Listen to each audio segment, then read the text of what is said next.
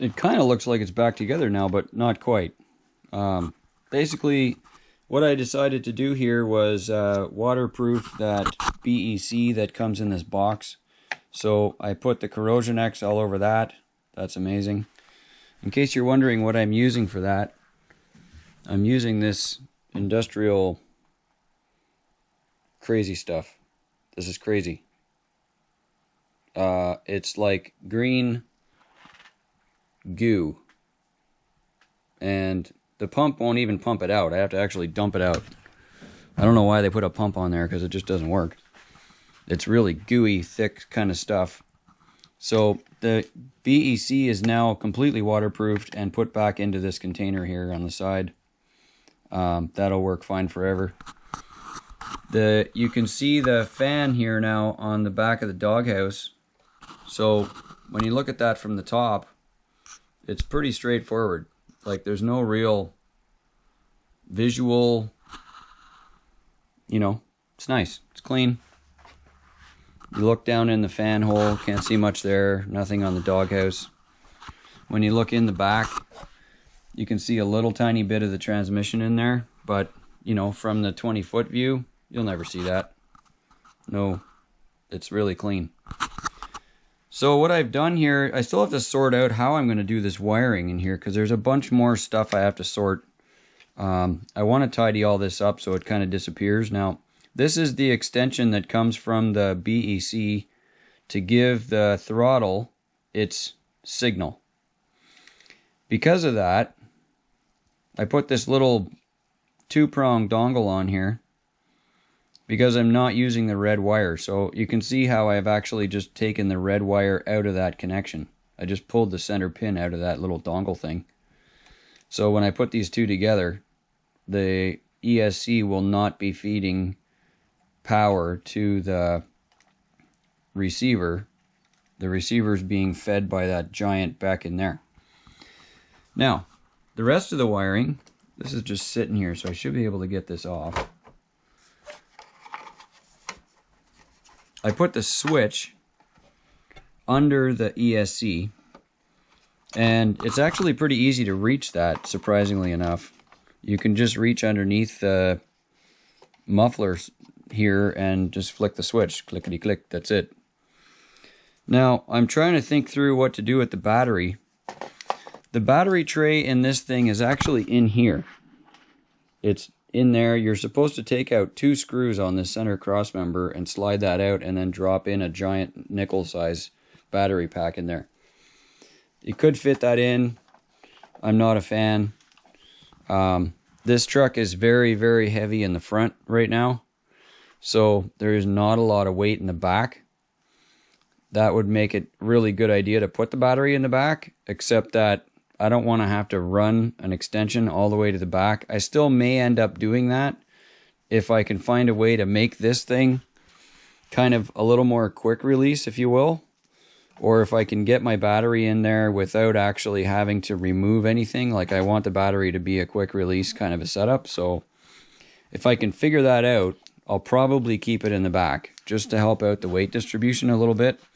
But if not, there's a huge amount of room right here. Like, this is a 3500 3-cell Helios battery. That's a really nice battery.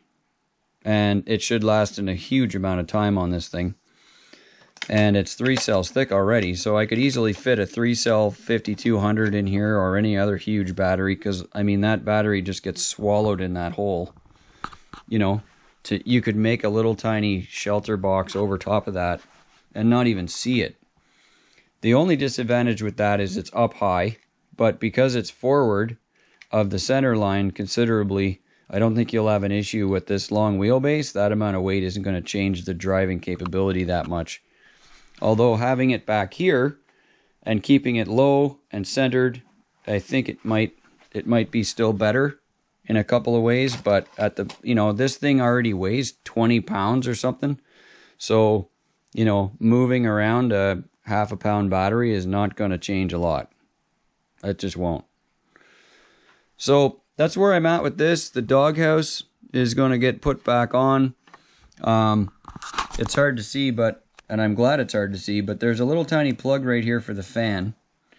And if you pull that out, you can put the programming card in there. So I don't have to worry about programming the ESC right now, because once I get it all set up, I can still get the programming card plugged in, change whatever settings I might need on the trail or whatever it is, get it tuned up properly for this new power system. And I don't have to unplug anything. It should be fine. So I've got the power from the ESC here, the power plug from the ESC coming into this Dean's joint. The Dean's joint is feeding power to the battery eliminator, which is that giant beck in there. And then there's a Dean's male out, so this will go to my battery whenever and wherever I end up putting that. I tore the bed off because, well, why not? It was only 2 screws on each one of these mounts, so no big deal. And what I wanted to do was actually adjust this spring a little bit here for the shifter, because when it was in first gear, the servo was winding away, like it had too much pressure on it. The spring needed to be longer by about probably a couple millimeters to keep the tension off the servo while it was in position in low range. In high, it was good, and it was not perfect in low. And because there's no endpoint adjustments on the radio, I basically just stretched out the spring 2 millimeters, reattached everything that's like this, so boom, now we're done. And now it's in first, it's quiet. It runs in second, it's quiet. And I'll probably keep it in first gear for most of the time. Here's the cool part. You can see now all the way down here how huge this thing really is. It's just a monster with the lid off on the back. You can see this is where the battery tray is supposed to be, right here. So if I was to stick my 3500 Helios pack in there, basically without having to remove this back bar that they want you to use for the battery capture point or whatever, I think what I'm going to do is actually remove this first section of strap or whatever. It's plastic anyways.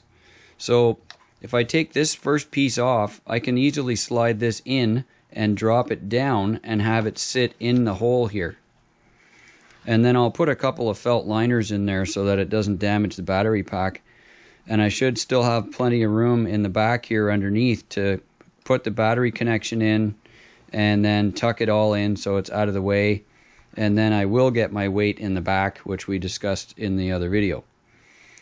Now, that means I just have to extend my wire. So that's the project I'm into right now. I've got a Dean's connector here, and then I'll run a new piece of wire all the way back, so when the battery gets plugged in, I can just ploop, done, easy. And then I'll use that also to convert to my XT60 connectors, which is what I use on everything. So very rare do I have a Dean's connector anymore. Now, this is kind of a cool shot, actually, for you to see how this worked out. It's pretty simple. You can barely see it, but there's the LRT transmission in the doghouse. You can see the strap here that we used to clamp that down. Pretty straightforward. And the Junfac drive shaft, which is now connecting these two. This is one of the drive shafts that you would find in their F350 Tamiya drive shaft kit. They label them really strange, but they only make 3 different sizes of these. So that's a drop-in, very easy to do. And you can see the speed control here now. I did actually reprogram this. I did pull the fan plug like I discussed already, and I reprogrammed this thing, and I'm going to do it again to take off some of the drag brake, because now I've actually driven the thing in the office and it's a little bit too strong of a hit on the stop. With this amount of gear reduction in first gear, you're almost dragging the truck. Like, I can actually drag it without it moving the transmission. And there it goes. So there it goes. If you get it right, you can get the transmission to turn, but there's so much gear ratio reduction that you don't need very much drag brake on the actual electric motor to make the thing stop. So that's the goal. I'm going to reduce that, and I like to turn that down as much as possible because it keeps the flash current out of the ESC. It keeps a lot of the drag, that snap drag on braking, away from the drivetrain, and that just makes everything last longer, makes your battery last longer. So that's the plan, and everything tucked in pretty nice. So I'm going to get this wiring stuff buttoned up and see if I can't make some adjustments to this battery tray, and then we'll actually take it out for a little drive. Well, this actually worked. So I'm kind of surprised, but not really surprised. I had figured it might, and it turned out it did. I don't need to put any felt in the battery tray, which is kind of cool. So you can see there's one here, there's a top here, and there was a third one right here across this section right here, which I took off. So it's made, this bracket is made out of some kind of like, basically it kind of seems like fiberglass.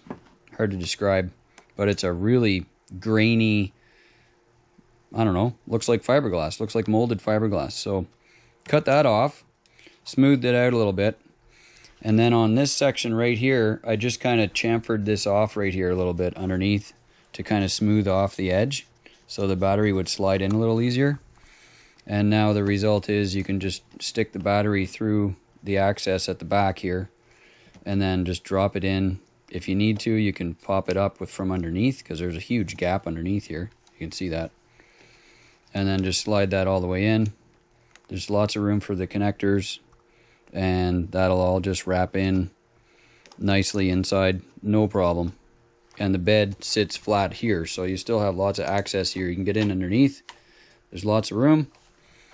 And yeah, that worked out great. And that'll just pull right out. So should be good there. I tied this on a couple places, and then the nice part about the front spot here is I actually have room here still between the bed and the engine area that I could make a box and put some scale stuff in there if I wanted to, because there's this big gap here still and nothing is in this space currently. There was nothing in that space before, but the only thing that was in there was this giant piece of junk.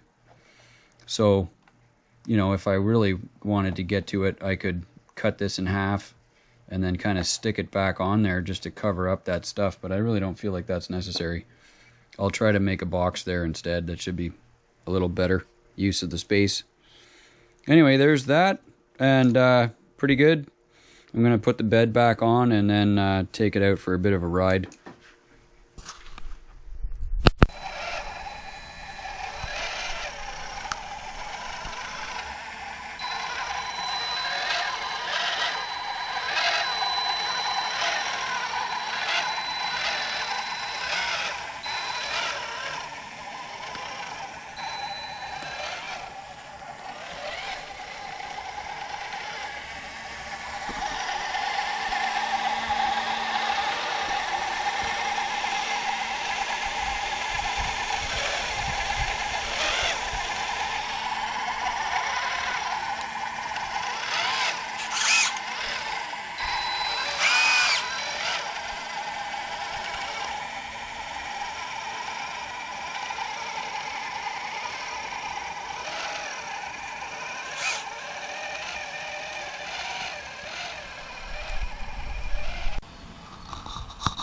It's actually driving pretty good.